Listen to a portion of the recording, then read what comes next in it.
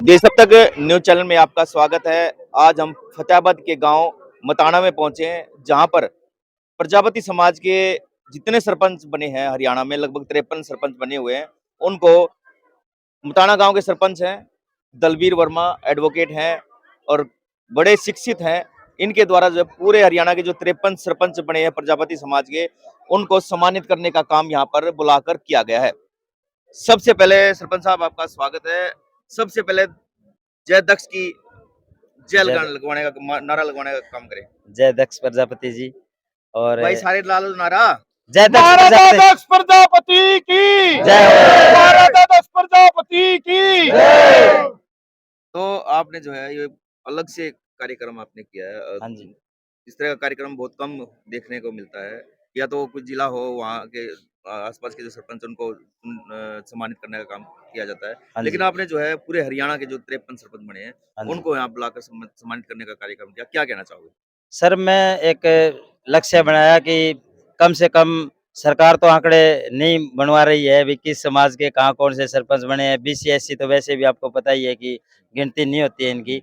तो हमने सोचा कि एक ऐसा आंकड़ा तो बनाया जाए कि हरियाणा में हमारे समाज के कितने सरपंच बने हैं। हम सब समाज के तो नहीं ले सकते, लेकिन जो हमारे समाज के हैं, कम से कम मैं जिस समाज से आता हूँ उनके आंकड़े हो, और उसके बाद हम और समाज के भी आंकड़े इकट्ठे करें जी, किस समाज के कितने सरपंच बने हैं।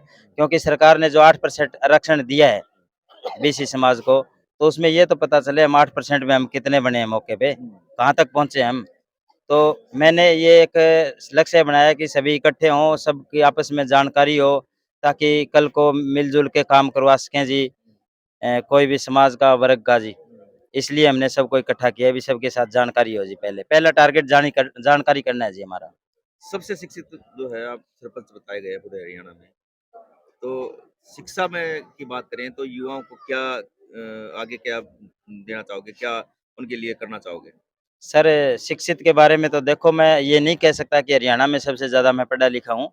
लेकिन ये मैंने पत्रकार बंधुओं को भी बोला है कि आप सर्च कीजिए कि सबसे ज़्यादा पढ़े लिखे सरपंच कौन हैं। तो वो तो अभी पूरा आंकड़ा नहीं मिला है। और मैं तो शिक्षा का जो स्तर है उसको उठाना चाहूँगा कि सरकारी स्कूलों में जो व्यवस्था आज के टाइम में खराब हो रही है। आपको पता ही है कि सरकारी टीचर की तनख्वाह कितनी है, 50,000 से ऊपर-ऊपर है, और स्कूलों में पढ़ाई कई जगह तो बिल्कुल ही खस्ता हालात है जी। हमारे खुद के गाँव में भी ये हालात है जी, कि वहाँ बच्चे खेल के आ जाते हैं और खा के आ जाते हैं जी भोजन, और उनको कोई सँभाल नहीं होती, कोई पढ़ाई नहीं होती जी। तो मैं चाहता हूँ कि शिक्षा के स्तर को हम उठाएँगे जी। पहला ये मेरा टारगेट है जी। तो आजकल युवा जो है नशे की तरफ जा रहे हैं। आपका जिले में भी कोई ना कहीं ये समस्या होगी। हाँ जी। तो उस पर क्या स्टेडियम गाँव में है?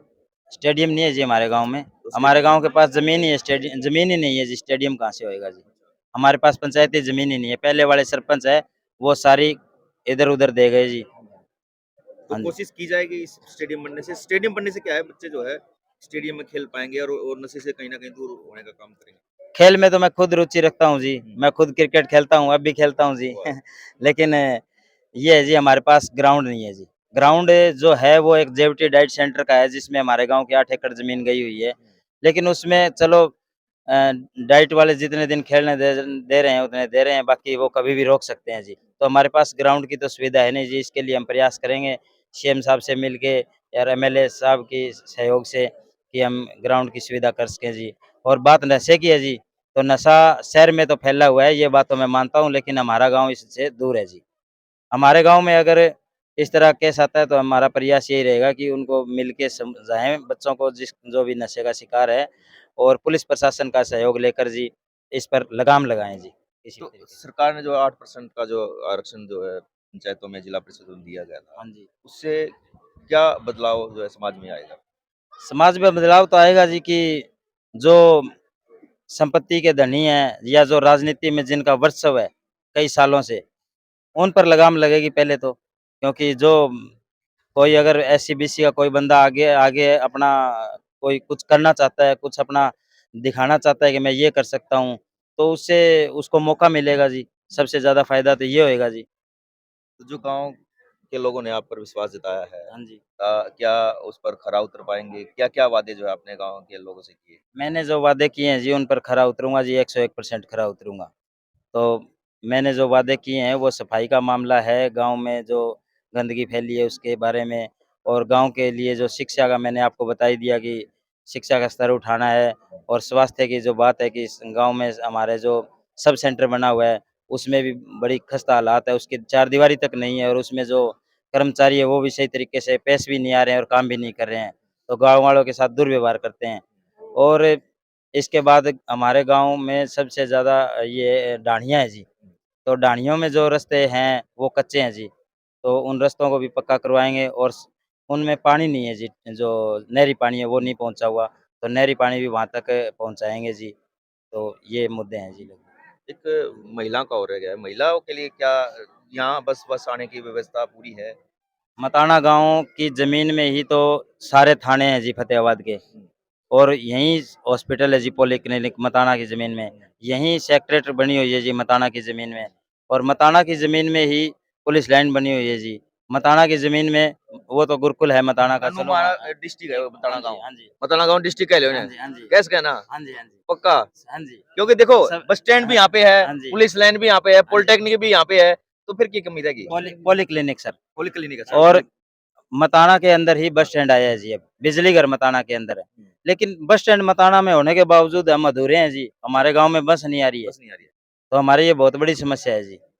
विधायक साहब से मिले थे, उन्होंने कह भी दिया बस लगवा देंगे जी, लेकिन आज तक बस की सुविधा नहीं थी जी। कितने ही सरपंच आए गए हैं जी, हमारे बस की सुविधा नहीं है। हालाँकि हमारे गाँव के पीछे बिगड़ है, बोडिया है, बड़गाम है, चिंदड़ है, और भी गाँव है। तो बस का ऐसा रूट भी बन सकता है कि हमारे गाँव से निकल के बस दूसरे गाँव में जाए, लेकिन यहाँ किसी का ध्यान नहीं है जी। अब मैं ये सुविधा करवाऊँगा जी गाँव में जी। तो देखिए विधायक सरपंच साहब ने जो है काफ़ी समस्याएँ जो गाँव की जो बताई हैं, उन्होंने कुछ वादे भी जो है लोगों से किए हैं। आपको दिखाएँ तो यहाँ पर जो है बुजुर्ग भी हैं, इनको आशीर्वाद देने पहुँचे, देख सकते हैं आप। नमस्कार जी, क्या नाम है जी आपका? शौकरण जी। सरपंच साहब को आपने बना दिया हाँ, सरपंच। बना दिए जी। तो उम्मीद है पूरा काम कर देंगे अपना? पूरा उम्मीद है जी, 100% है। 100%। हाँ, एकदम पढ़े लिखे हुए वकालत है, एडवोकेट है, हाँ, शास्त्री है, कई डिग्रियां है। ये दिख रहा है लोग टूट के पढ़ रहे हैं ना।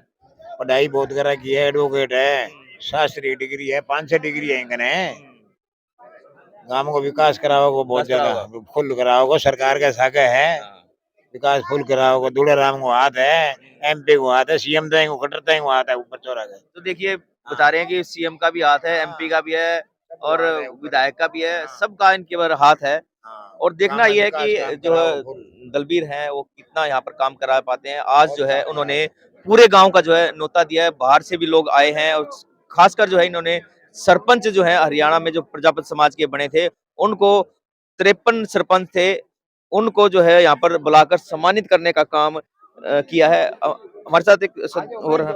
जी क्या नाम है आपका जी?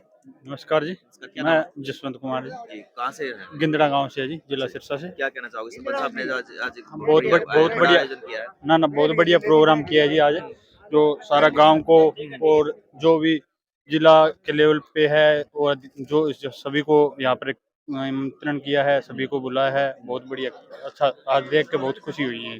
क्या लग रहा है कितने लोग यहाँ पहुँचे हैं? लोग तो लगभग कोई अंदाजा ही नहीं है जी, बहुत अच्छे अच्छे बरस है, बहुत ज़्यादा भीड़ है जी। तो काम अच्छा काम हाँ, करेंगे? हाँ, बहुत अच्छा काम करेंगे, गाँव के लिए भी और सभी गाँव के लिए बहुत अच्छा काम करेंगे।